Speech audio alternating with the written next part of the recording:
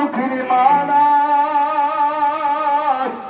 অদায় মালিক ঘরের ভিতরে যে সম্পদ ছিল মা নামক ওই সম্পদটা জানি কার জানি নাই, বাবা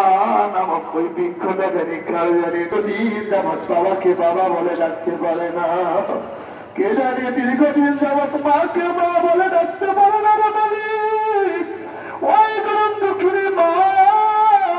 মালিক, মা তো এমন মা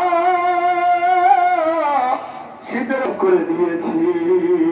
মা আমাকে বুকে নিয়া ওই ভিজা জায়গায় নিজে শুয়েছে,